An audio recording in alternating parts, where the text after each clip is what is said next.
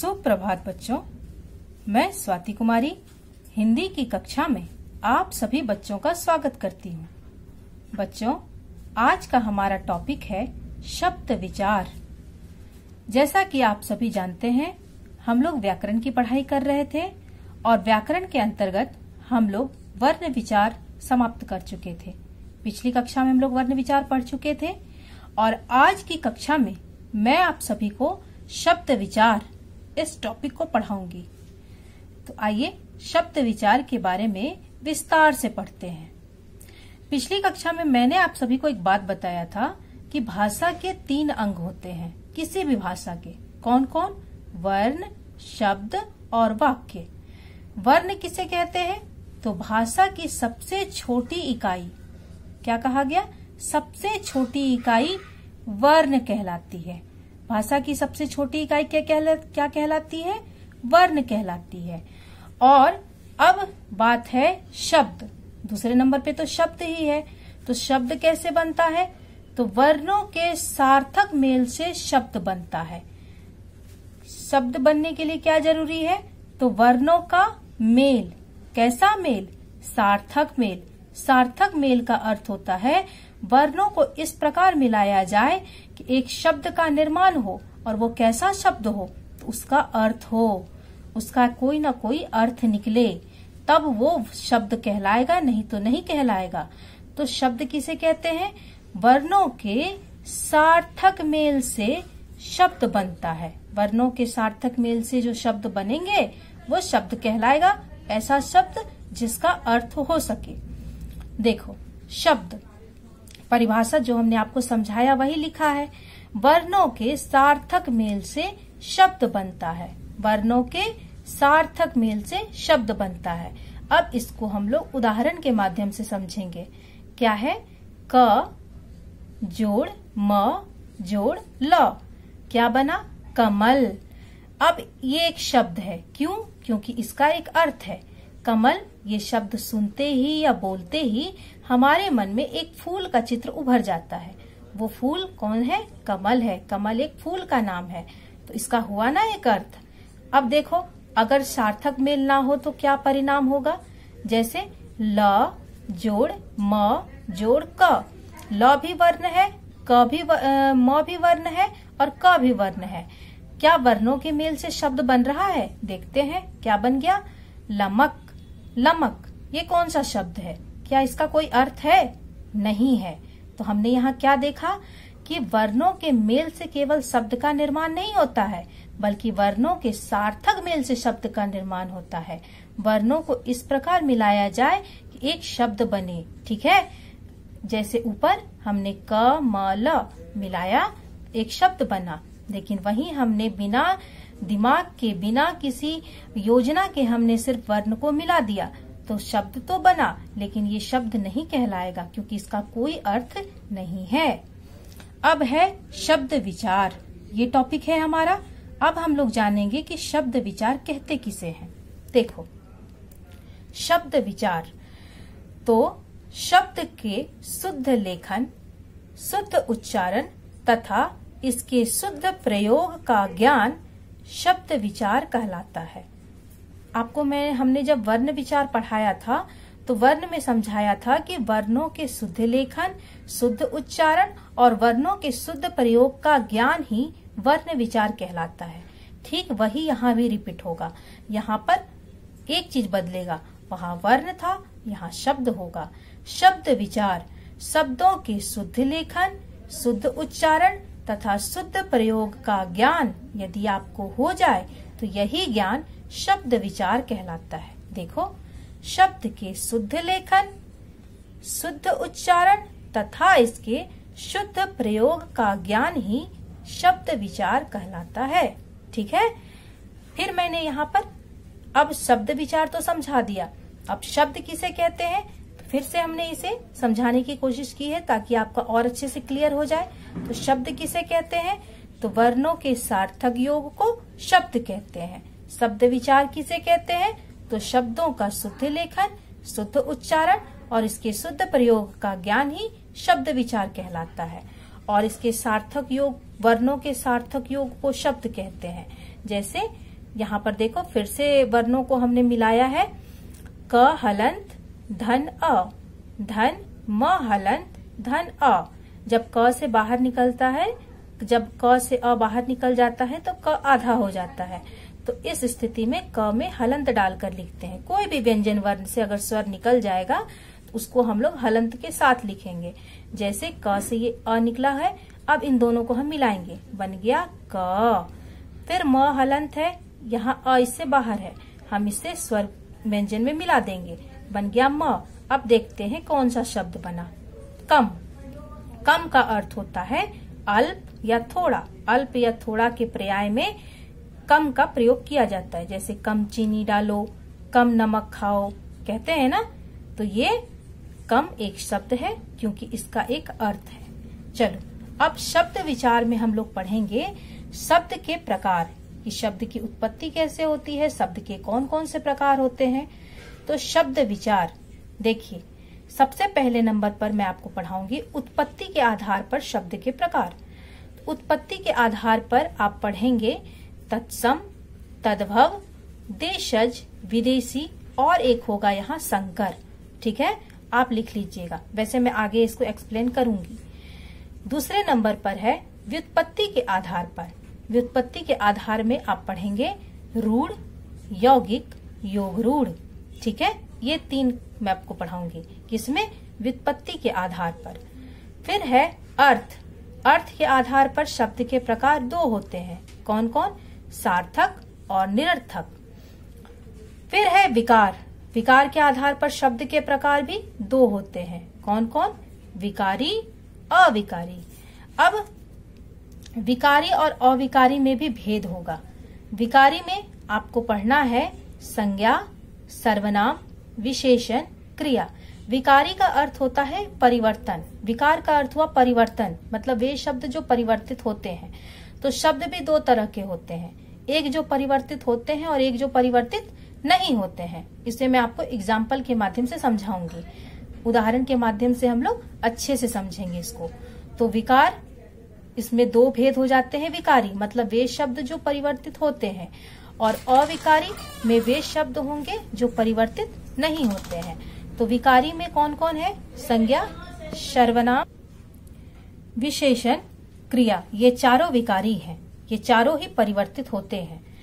अविकारी क्रिया विशेषण, संबंध बोधक, समुच्चय बोधक, विस्मयादि बोधक, ये सब जो है अविकारी हैं। ये सब मैं आपको अविकारी के अंतर्गत पढ़ाऊंगी। अब हम लोग इसको डिटेल से पढ़ते हैं पूरे एक्सप्लेनेशन के साथ। आइए, शब्द के प्रकार। तो सबसे पहले नंबर पे है हमारा उत्पत्ति। अच्छा, यहाँ एक चीज और बताना है, उत्पत्ति, दूसरा है व्युत्पत्ति। बहुत लोग समझते हैं कि ये दोनों एक ही है, इन दोनों में कोई अंतर ही नहीं है, जबकि ऐसा नहीं है, इन दोनों में बहुत बड़ा अंतर है। मैं आपको बताती हूँ। उत्पत्ति का अर्थ होता है जन्म होना, मतलब शब्द जहाँ से जन्म ही ले रहा है वो उत्पत्ति हुआ। और जन्म लेने के बाद जो उसका विकास हुआ, वो बढ़ा कैसे, कैसे उसका विकास किया गया, वो व्युत्पत्ति हुआ। मतलब विशेष रूप से उसका विकास होना, विशेष रूप से उसकी उत्पत्ति होना। उत्पत्ति और व्युत्पत्ति में अंतर आप समझे। एक में जन्म होता है, दूसरे में जन्म के बाद उसका विशेष रूप से विकास होता है, तो ये हो जाता है व्युत्पत्ति में।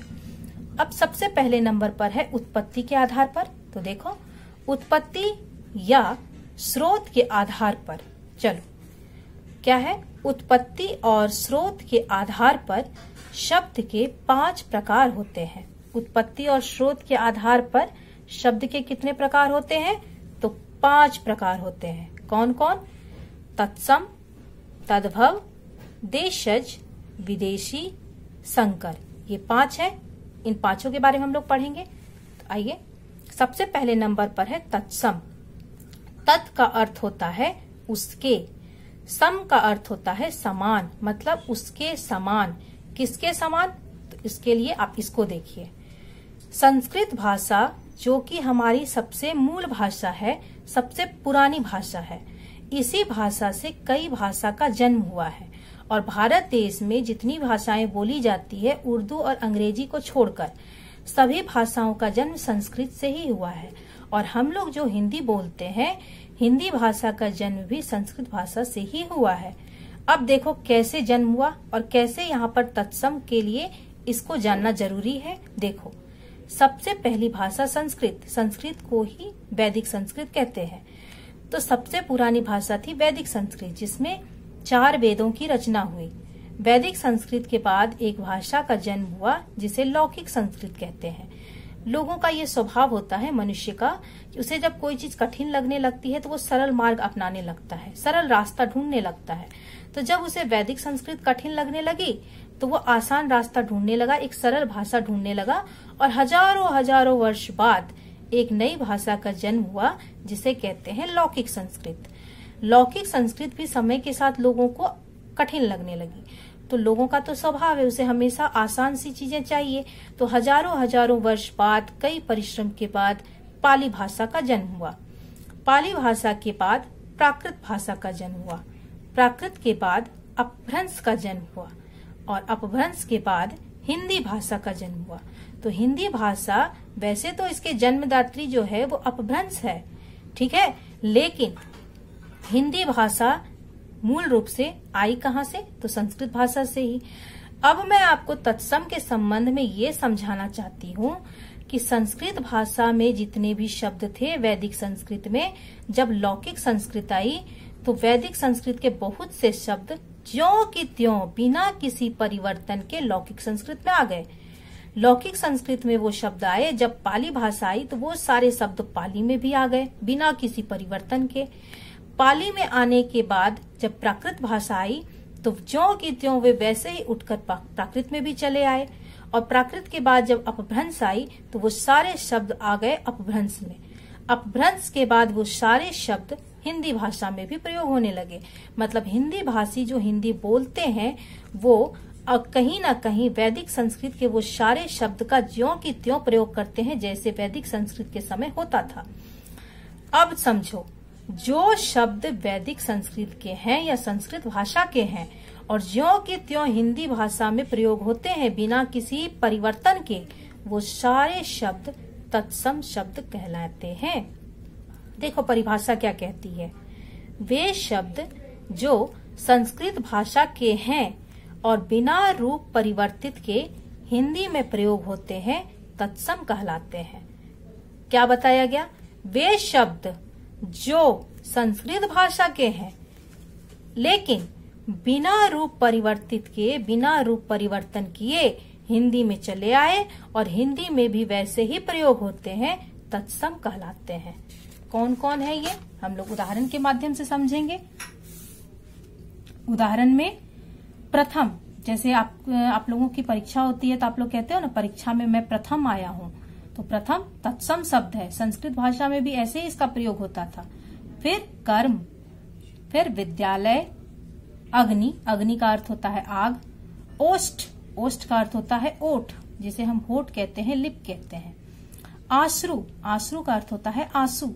ये सारे शब्द तत्सम शब्द हैं। दूसरे नंबर पे है तद्भव। हम लोग तत्सम पढ़ चुके, अब है तद्भव। तद्भव में हम लोग पढ़ेंगे। अब तद्भव को समझने के लिए फिर से इसको देखो। वे शब्द जो वैदिक संस्कृत में बोले जाते थे, ठीक है, वैदिक संस्कृत के समय भी थे, लेकिन जब वो शब्द एक एक करके सारे भाषाओं से गुजरते हुए हिंदी में पहुंचे तो हिंदी भाषा में भी आए, लेकिन उनका रूप बदल गया, सरल हो गया। हम उसके अर्थ को प्रयोग में लेने लग गए। ज्यों की त्यों जैसे वो संस्कृत में होते थे वैसे नहीं करके हम उनके रूप को बदलकर उसका प्रयोग करने लगे। वैसे ही शब्द तद्भव कहलाते हैं। देखो, संस्कृत भाषा के शब्द जिनका रूप हिंदी में आते आते बदल गया, सरल हो गया, तद्भव कहलाते हैं। तद मतलब उसके, भव मतलब उससे निकला हुआ, उसी से निकला हुआ, संस्कृत से निकला हुआ शब्द ही तद्भव कहलाते हैं।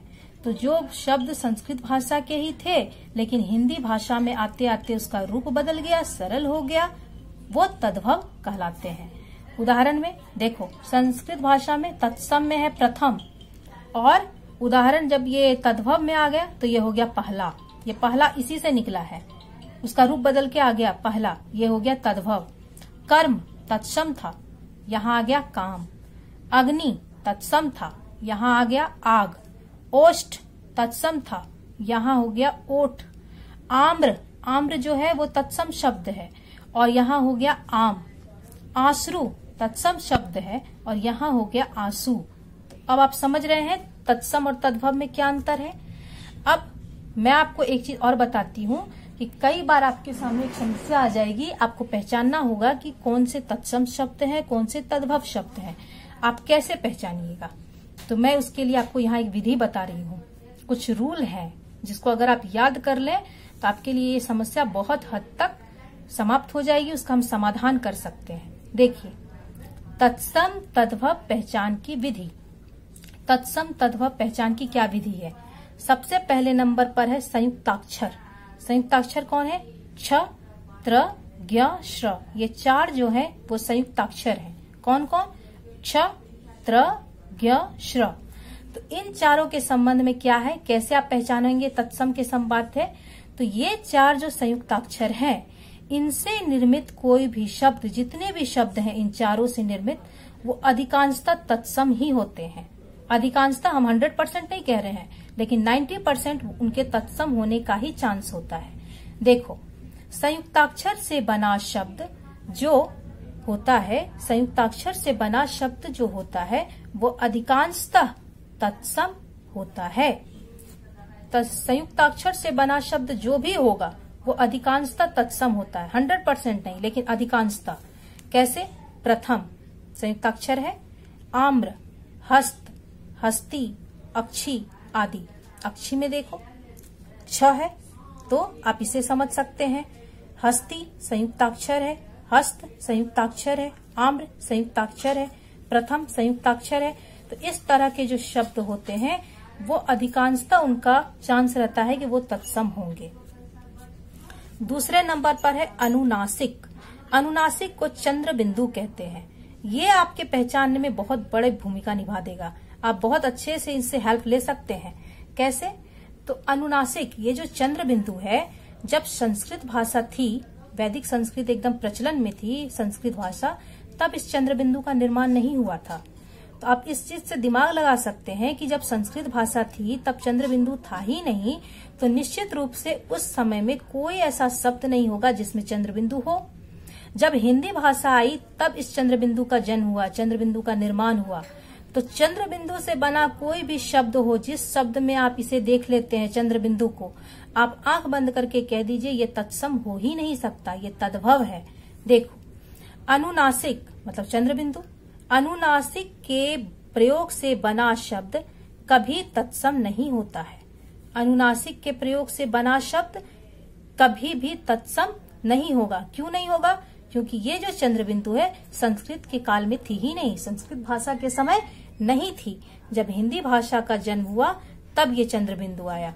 तो यही कारण है कि चंद्र बिंदु जिस शब्द में प्रयोग हो गया, आप आंख बंद करके कह दीजिए वो तत्सम नहीं ही होगा।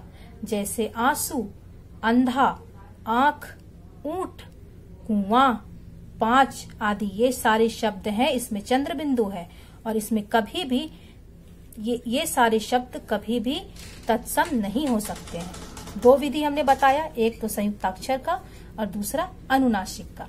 तीसरा देखो, अड़ा और अढ़ा। अड़ा और अढ़ा ये है ताड़नजात वर्ण। ये दोनों वर्ण भी आपको पहचानने में मदद करेंगे। क्या मदद करेंगे?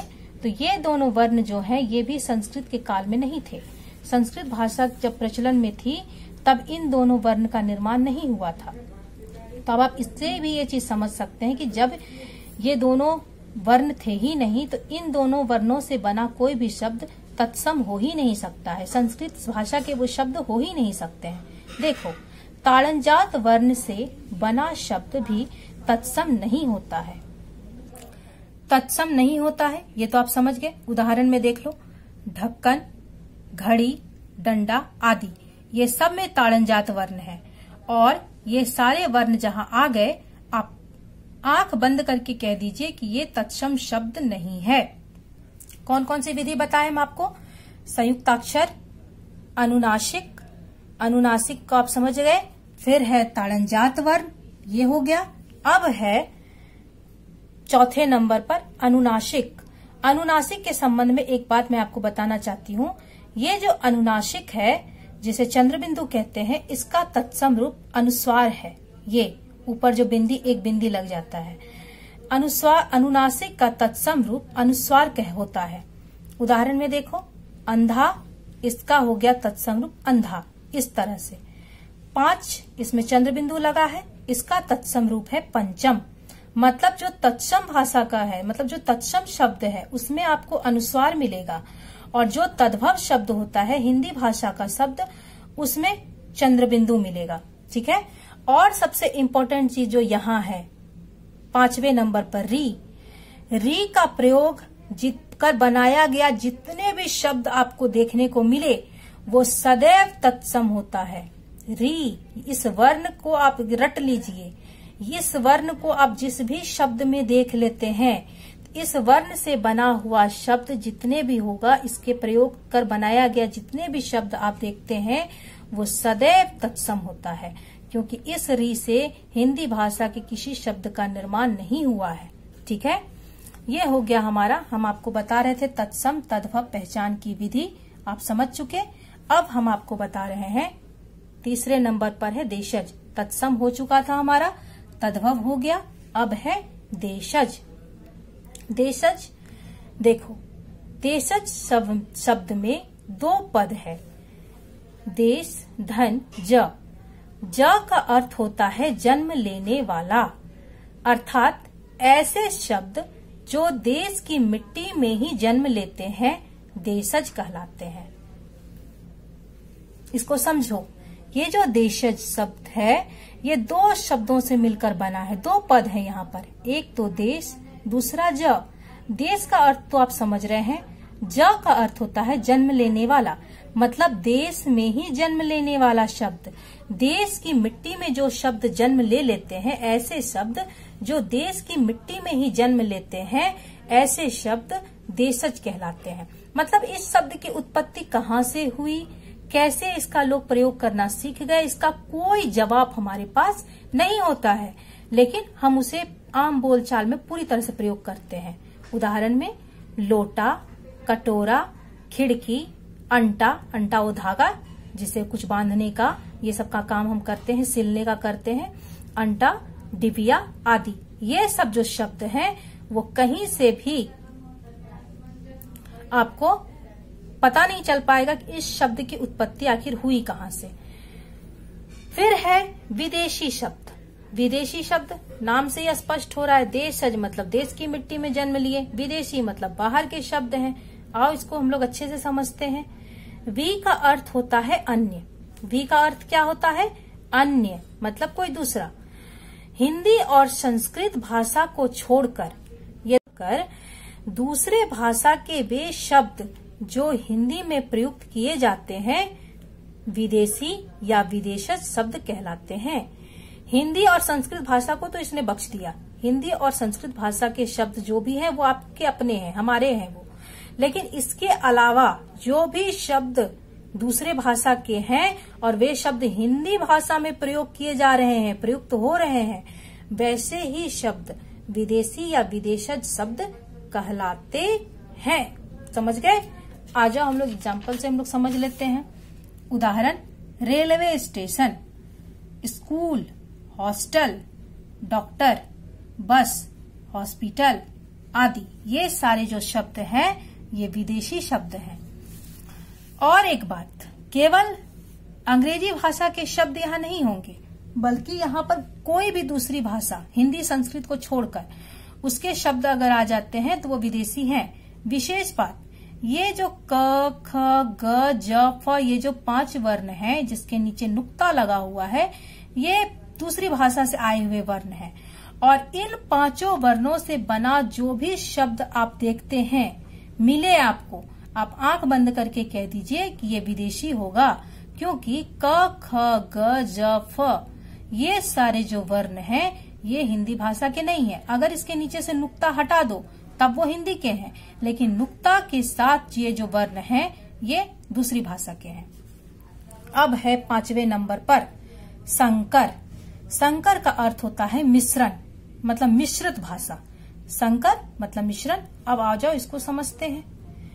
दो अलग अलग भाषाओं के शब्दों को जोड़कर यदि कोई शब्द बनाया जाता है तो उन शब्दों को संकर शब्द कहा जाता है। मतलब क्या कहा गया कि दो अलग अलग क्या भाषाओं के शब्द, दो अलग अलग भाषाओं के शब्द को यदि जोड़कर यदि कोई शब्द बनाया जाता है तो उन शब्दों को संकर शब्द कहा जाता है। जैसे देखो उदाहरण में अग्निखोर, अग्नि तत्सम भाषा का शब्द है और खोर अरबी भाषा का शब्द है, दोनों मिलकर एक तीसरा ही शब्द बन गया।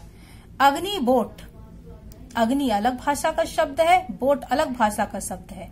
टिकट घर, टिकट अलग भाषा का है, घर अलग भाषा का है। नेक नियत, ये जो है नेक नियत दोनों अलग अलग भाषा के शब्द हैं। कवि दरबार, ये दोनों जो है अलग अलग भाषा के हैं और दोनों मिलके एक शब्द बन गए हैं। तो जब भी कोई दो भाषा के शब्द को जोड़कर कोई तीसरा शब्द बना दिया जाए तो वो हो जाता है संकर। संकर का अर्थ होता है मिश्रण। संकर भाषा में दो अलग अलग भाषाओं के शब्द जो होते हैं उनको आपस में जोड़ दिया जाता है और एक तीसरा ही शब्द बनता है। वो जो तीसरा शब्द बना उसी को संकर शब्द कहा जाता है। ये हो गया आपका उत्पत्ति के आधार पे खत्म। अब मैं आपको पढ़ाऊंगी व्युत्पत्ति के आधार पर, रूढ़, यौगिक, योग रूढ़। अब इसको हम आप लोगों को नेक्स्ट वीडियो में बताएंगे कि कैसे व्युत्पत्ति के आधार पर शब्द का निर्माण होता है। ये वीडियो मैं यही समाप्त कर रही हूँ। आप लोग ध्यान से सुनिएगा। और एक इम्पोर्टेंट बात, मैं आप लोगों के लिए सारे अच्छे वीडियो बना रही हूँ और आगे भी मैं बनाती जाऊंगी। अगर आप लोगों को मेरा वीडियो पसंद आता है तो आप मेरे वीडियो को लाइक करें, जो आपको इसमें अच्छा लगा वो कमेंट में बताएं और आगे भी आपको हमारी वीडियो मिलता रहे इसके लिए आप लोग मेरे चैनल को सब्सक्राइब करें। और अगर आपको हमारे वीडियो में कुछ ऐसा जो पसंद नहीं आया तो कोई बात नहीं, आप डिसलाइक भी कर सकते हैं, लेकिन कमेंट में जरूर बताइएगा कि आपको क्या पसंद नहीं आया। ठीक है, धन्यवाद।